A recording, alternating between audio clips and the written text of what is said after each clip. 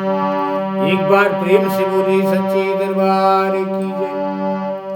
मन में बसा कर तेरी मूर्ति उतारूं मैं गिरधर तेरी आरती उतारूं मैं गिरधर तेरी आरती। एक बार प्रेम से बोली श्री वासुदेव भगवान की जय। श्रीमद् भागवत महापुराण प्रथम स्कंद के 19वें अध्याय में 8वें श्लोक पर प्रभु आपकी कथा विराम हुई थी। पुनः वहीं से भक्ति पूर्वक आपकी कथा आगे पढ़ते हैं। प्रभु कथा के पढ़ने में बोलने में जो कुछ गलती हो रही है उस गलती को प्रभु आप क्षमा करने की कृपा करें। आप सब लोग भगवान की कथा को सुन रहे हैं। आप सब लोग हमारी गलती को क्षमा करें। यदि हमसे कुछ बोलने में गलती हो जाए तो कथा विराम हुई थी। प्रभु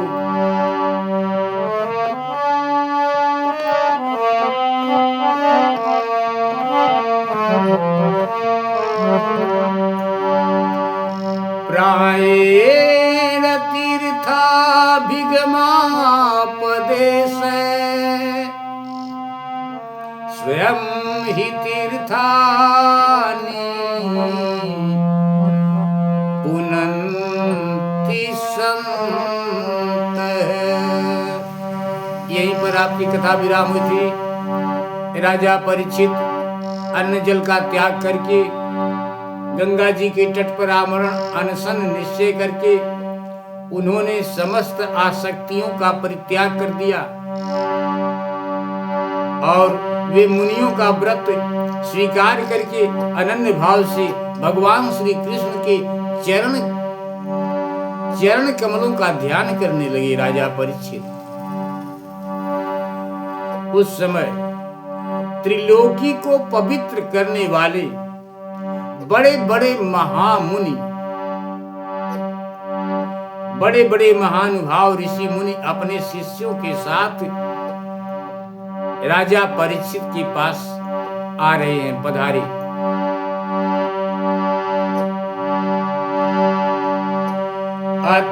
अत्रिर्वशिष्ठ च्यवन सरदा नरिष्ठ नेमि भृगुरंगीरा राक्ष पराशरो गादिसुतो अथ राम उतथ्य इंद्र प्रमदेद्म बावाहुआ मेधातिथिर्देवल आपस्थिर खीणो भारद्वाजो गौतमः पिपीलाद मैत्रेय और यह कवश कुंभयोनि द्वैपायनो भगवन नारदस्य।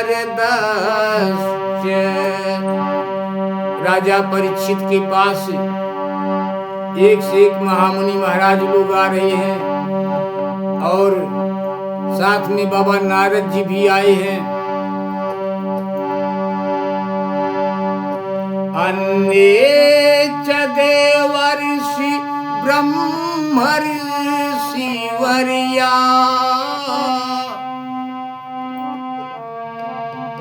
राजर्षि वर्या अरुणादयश्च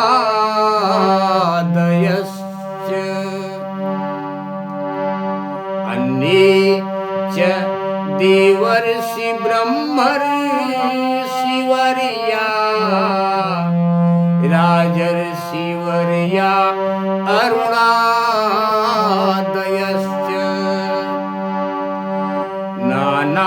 नानार्षेय प्रवरान् समेता नभ्यर्य राजा सिरसा ववन्दे।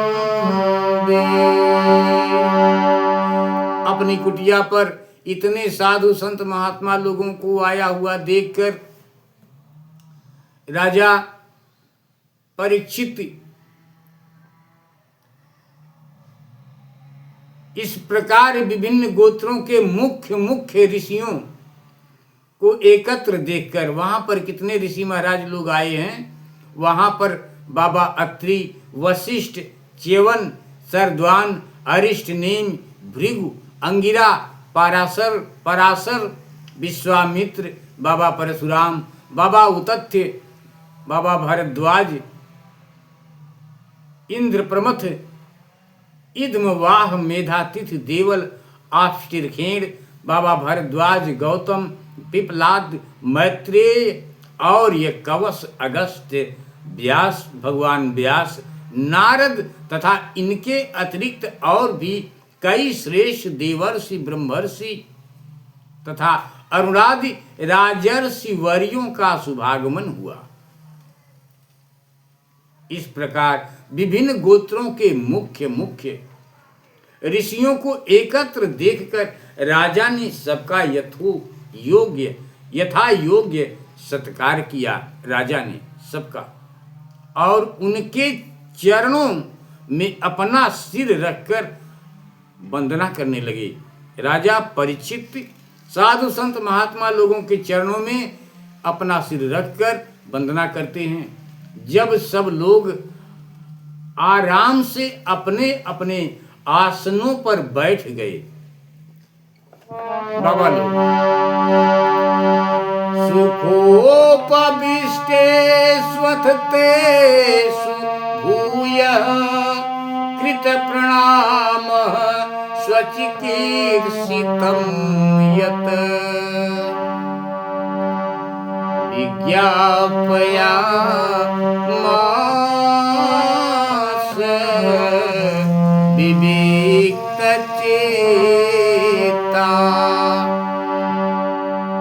उपासिस्थितो अग्रे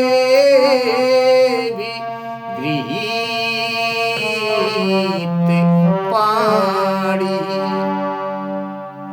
जब सब लोग आराम से अपने अपने आसनों पर बैठ गए, तब महाराज परीक्षित उन्हें फिर से प्रणाम किया। महाराज परीक्षित उन्हें फिर से प्रणाम किया और उनके सामने खड़े होकर शुद्ध हृदय से अंजलि, हाथ जोड़कर अंजलि बांधकर वे जो कुछ कहना चाहते थे, आज उन सभी साधु संत महात्मा लोगों से राजा हाथ जोड़ करके अपने मन की बात कहते हैं। राजा परीक्षित ने कहा, राजोवाच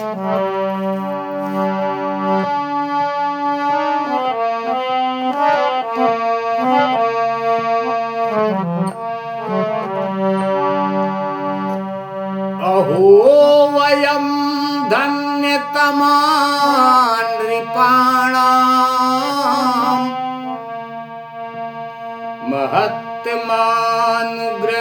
महत्तमानुग्रहणीय शीला राज्ञां कुलं ब्राह्मण पादिशौचाद दुराद विसृष्टं बते गैगर कर्म। राजा परीक्षित ने कहा कि यहो, समस्त राजाओं में हम धन्य हैं। राजा परीक्षित ने कहा कि समस्त राजाओं में हम धन्य हैं, अपने आप को धन्य मानते हैं।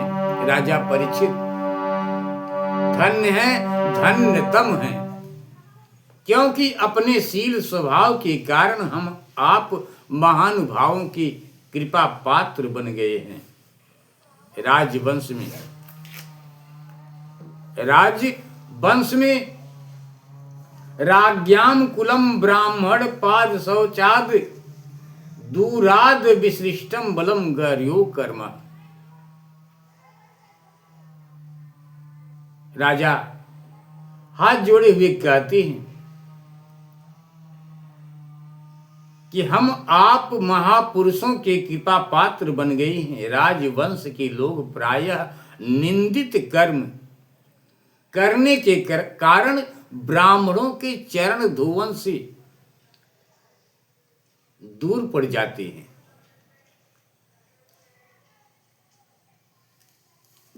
यह कितने खेद की बात है। मैं भी राजा ही हूं, निरंतर देह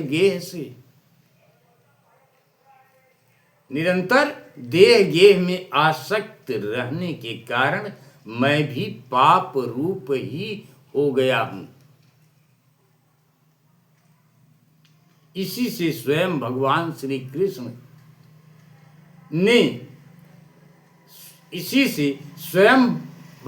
ही ब्राह्मण के शाप के रूप में मुझ पर कृपा करने के लिए पधारे। राजा परीक्षित कहते हैं कि मेरा उद्धार करने के लिए भगवान श्री कृष्ण ब्राह्मण के रूप में यहां पर पधारे। तस्यैव मेघस्य परावरेषु व्यासक्त चिंतस्य गृहेषु भीक्षणम निर्वेद मूलो द्विज साप रूपो यत्र प्रसक्तो भयमासु धत्ते।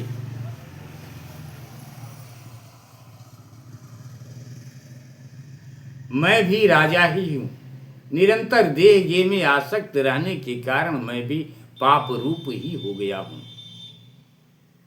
इसी से स्वयं भगवान ही ब्राह्मण के शाप के रूप में मुझ पर कृपा करने के लिए पधारे हैं। यह शाप वैराग्य उत्पन्न कराने वाला है। यह शाप वैराग्य उत्पन्न करने वाला है, क्योंकि इस प्रकार के शाप से संसारासक्त पुरुष भयभीत होकर विरक्त हो जाया करते हैं। आपकी कथा आगे विराम करेंगे। प्रभु गलती को क्षमा करें। विश्व का कल्याण हो। प्रभु आप सब लोगों के ऊपर माँ भवानी की कृपा बनी रहे। इन्हीं मंगल कामना के साथ राजा हाथ जोड़कर आए हुए साधु संत महात्मा लोगों से कहते हैं कि ब्राह्मणों, अब मैंने अपने चित्त को भगवान के चरणों में समर्पित कर दिया है। राजा परीक्षित कहते हैं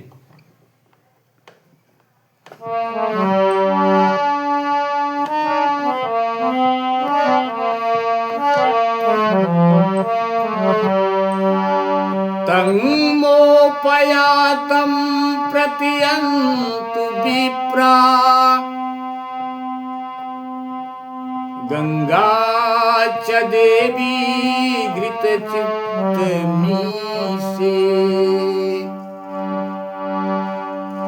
द्विजोपसृष्ट कुहकस्तक्षको वा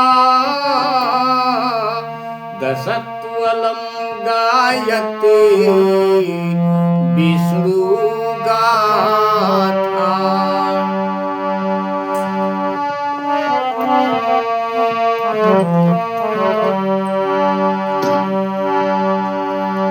पुनश्च भूयब्द भगवन्नन्ते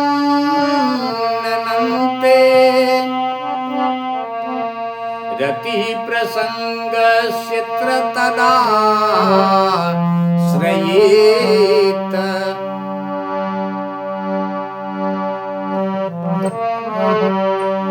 पुनश्च भूयाद् भगवन्नन्ते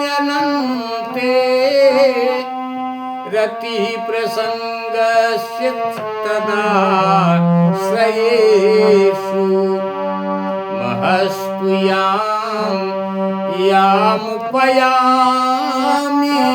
सृष्टिं मैत्र्यस्तु सर्वत्र नमो द्विजेभ्यः। राजा कहते हैं कि मैं आप ब्राह्मणों के चरणों में प्रणाम करता हूँ, प्रणाम करके पुनः प्रार्थना करता हूँ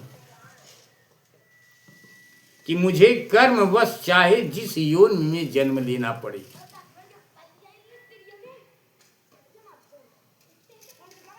राजा कहते हैं कि आप लोग कृपा करके भगवान की रसमयी लीलाओं का गायन करें। मैं आप ब्राह्मणों के चरणों में प्रणाम करके पुनः यही प्रार्थना करता हूँ कि मुझे कर्मवश चाहे जिस योनि में जन्म लेना पड़े, भगवान श्री कृष्ण के चरणों में मेरा प्रेम हो, भगवान श्री कृष्ण के चरणों में मेरा अनुराग हो। उनके चरणाश्रित महात्माओं से मेरी सदैव प्रीति हो और जगत के समस्त प्राणियों के प्रति मेरी एक सी मैत्री हो, मैत्री रहे, ऐसा आप आशीर्वाद दीजिए। राजा कहते हैं कि आप लोग ऐसा आशीर्वाद दें कि मेरा सब में प्रेम बना रहे। महाराज परीक्षित परम धीर थे, वे ऐसा दृढ़ निश्चय करके गंगा जी के तट पर पूर्वाग्र कुशों के आसन पर उन्मुख होकर बैठ गए। राजकाज का भार तो उन्होंने पहले ही अपने पुत्र जन्मेजय को सौंप दिया था। राजा परीक्षित ने इति सम राजा देवसाय युक्त प्राचीन मूलेषु कुशेषु धीरः उदग्न मुखो दक्षिण कूले आस्ते समुद्र पत्न्याः स्वसुतस्यन् नस्त भारः। गलती को क्षमा करें प्रभु, विश्व का कल्याण हो, आप सब लोगों के ऊपर भगवान की कृपा बनी रहे। इन्हीं मंगल कामना के साथ आपकी कथा यहीं पर विराम करती हैं कि पृथ्वी के एक छत्र सम्राट परीक्षित जब इस प्रकार आमरण अनशन का निश्चय करके बैठ गए, तब आकाश से अंबर में स्थित देवता लोग बड़े आनंद से उनकी प्रशंसा करते हुए राजा परीक्षित के ऊपर वहां पृथ्वी पर पुष्पों की वर्षा करने लगे। अंबर से देवता लोग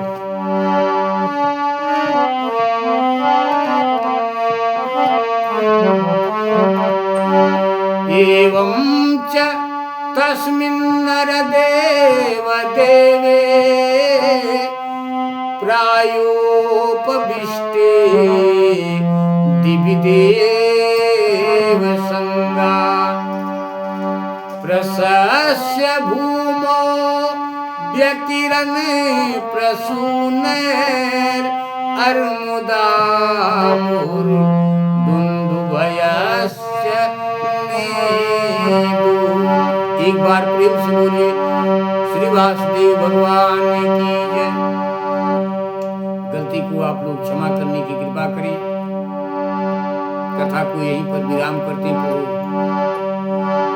मन में बसा कर तेरी मूर्ति उतारूं मैं गिरधर तेरी आरती उतारूं मैं गिरधर तेरी आरती उतारूं मैं गिरधर तेरी आरती उतारूं मैं गिरधर तेरी आरती। एक बार प्रेम से बोलिए सच्चे दरबार की। एक बार पुनः आप सब लोगों को जय माता दी, जय राधे कृष्ण।